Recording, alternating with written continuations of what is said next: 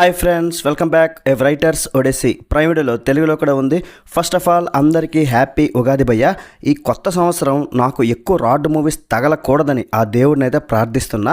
ఏ writer's ఒడెస్సీ ఇదొక Chinese fantasy action thriller. Run time 2 hours 10 minutes ఉంది.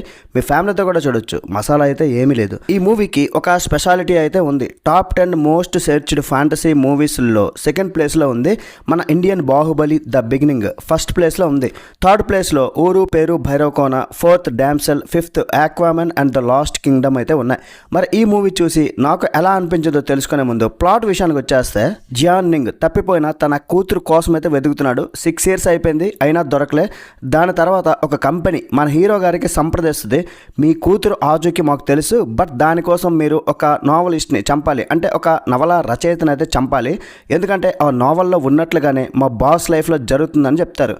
మరి దాన్ని హీరో ఒప్పుకున్నాడా? క్లౌడ్ సిటీ అని ఒకటి ఉంటుంది, అది ఒక ఫ్యాంటసీ వరల్డ్. దానికి ఇప్పుడు రియాలిటీకి సంబంధం ఏంటి అనేది ఇదంతా మీరు మూవీ చూసి తెలుసుకోవాల్సిందే. మరి ఈ మూవీ చూశాక నాకైతే ఈ ఉగాది రోజు ఒక మంచి ఫ్యాంటసీ థ్రిల్లర్ మూవీ చూశాను అనే ఒక ఫీలింగ్ అయితే కలిగింది భయ్య. కేక తురుము అని చెప్పలేను, కానీ నాకైతే నచ్చింది. కొంత బోరింగ్ ఉంది, బట్ రియల్లీ డీసెంట్. అసలు ఈ చైనీస్ మూవీస్ అంటే నాకు భయం. అవి కూడా యూట్యూబ్లోనే ఎక్కువగా ఉంటాయి.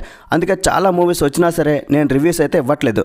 అవన్నీ రాడ్ రంబోలా యూట్యూబ్ కోసమే క్రియేట్ చేసినవి. అవి చూసి అంత సాహసం అయితే నేను చేయను. ఈ మూవీ మాత్రం ఒక 3 genresని మిక్స్ చేశారు. ఫ్యాంటసీ, డ్రామా, యాక్షన్ అండ్ తన కూతురు ఏమైంది అనే ఒక మిస్టరీ, డాటర్ సెంటిమెంట్. మీరు మూవీ చూసినప్పుడు మాత్రం చాలా ఇంట్రెస్టింగ్గా చూడాలి. అప్పుడే మీకు క్లియర్గా అర్థమవుతుంది. మిడిల్ పార్ట్లో లైట్ స్లో డౌన్ అయిపోయింది మూవీ. యాక్షన్ ఎపిసోడ్స్ అయితే బాగున్నాయి. క్లైమాక్స్ CGI వర్క్ కూడా బాగుంది. హ్యాపీ ఎండింగ్ ఇచ్చారు, అది నచ్చింది. మైనస్ల గురించి మాట్లాడితే కొన్ని సీన్స్కి అయితే క్లారిటీ లేదు.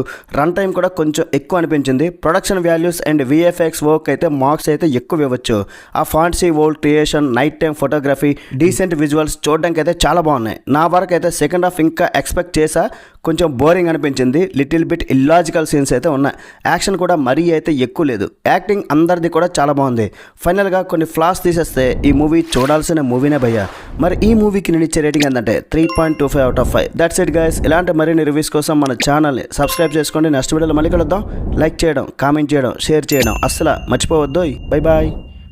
జై హింద్.